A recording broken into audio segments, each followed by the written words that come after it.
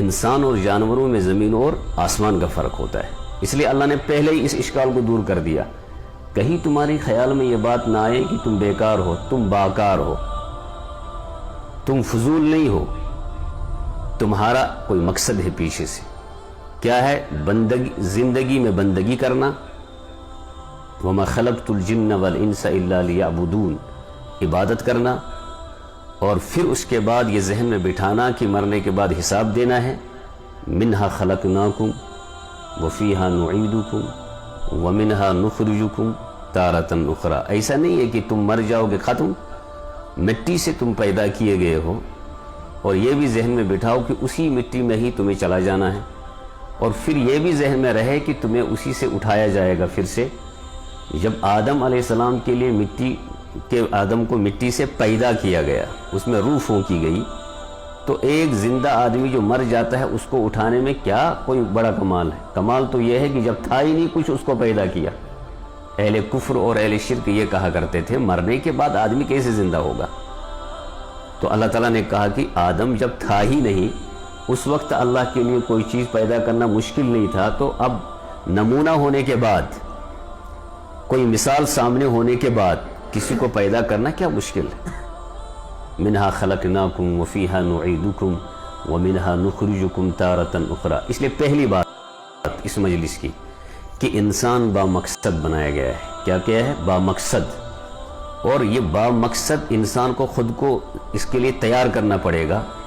جب یہ سمجھے گا کہ میری زندگی با مقصد ہے تو جا کر 3 چیزوں پر 100% یقین آئے گا.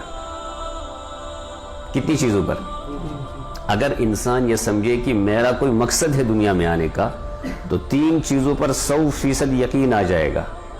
اور جب 3 چیزوں پر 100% یقین آئے گا تو مکمل مومن ہوگا، ورنہ مکمل مومن ہے ہی نہیں آدمی.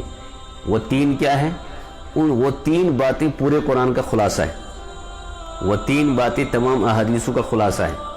احادیث کا کیا ہے وہ؟ نمبر 1 توحید، اللہ تعالیٰ کی ذات پر 100% یقین رکھنا بغیر کسی شریک ٹھہرانے کے. اور نمبر 2 رسالت پر، انبیاء پر، فرشتوں پر ایمان کے ساتھ ساتھ محمد رسول اللہ صلی اللہ علیہ وسلم کو آخری نبی ماننا، آپ کو افضل بھی ماننا، اعلیٰ بھی ماننا اور آخری بھی ماننا. اور تیسری بات یہ ہے آخرت، آخرت پر 100% یقین.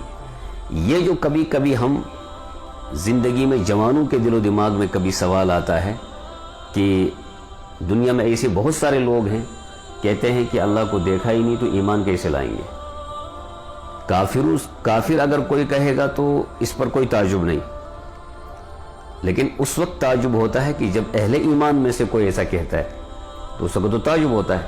اس کا مطلب یہ ہو گیا کہ ایمان لانے کے بعد بھی اگر کسی نے زندگی کو با مقصد نہیں سمجھا تو کہیں بھی تھوڑا بہت کمزوری آ گئی تو وہ فوراً کہے گا کہ اللہ پر ایمان لانا کیا ضروری ہے. رسالت کو تسلیم نہیں کرے گا کیونکہ حضور کو دیکھا ہی نہیں، آخرت کو اس نے دیکھا ہی نہیں ہے، قبر کے منازل پھر آگے جو مرحلے ہیں اس نے دیکھا ہی نہیں.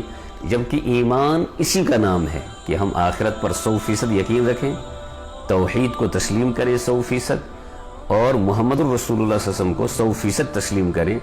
اسی کو قرآن کی پہلی ہی دوسری صورت میں آغاز میں ہی اسی کو کہا گیا، الذین یؤمنون بالغیب ویقیمون الصلاۃ ومما رزقناہم ینفقون والذین یؤمنون بما انزل الیک وما انزل من قبلک وبالآخرۃ ہم. اللہ تعالیٰ نے اس کا فیصلہ بھی سنا دیا کہ جن میں یہ 6 صفتیں ہوں گی اعلان سنو یہی کامیاب ہیں، اور جن میں یہ 6 صفتیں نہیں ہیں یا 6 میں سے کوئی ایک بھی نہیں ہوگی سمجھو کہ یہ گئے، پھر ان کا کوئی مطلب نہیں. اولئک علی ھدی من ربہم، ہدایت انہی کے حق میں ہے، واولئک ھم المفلحون، اور کامیابی بھی انہی کے حق میں ہے. تو پہلی بات یہ ہے کہ آپ اور ہم با مقصد بنائے گئے.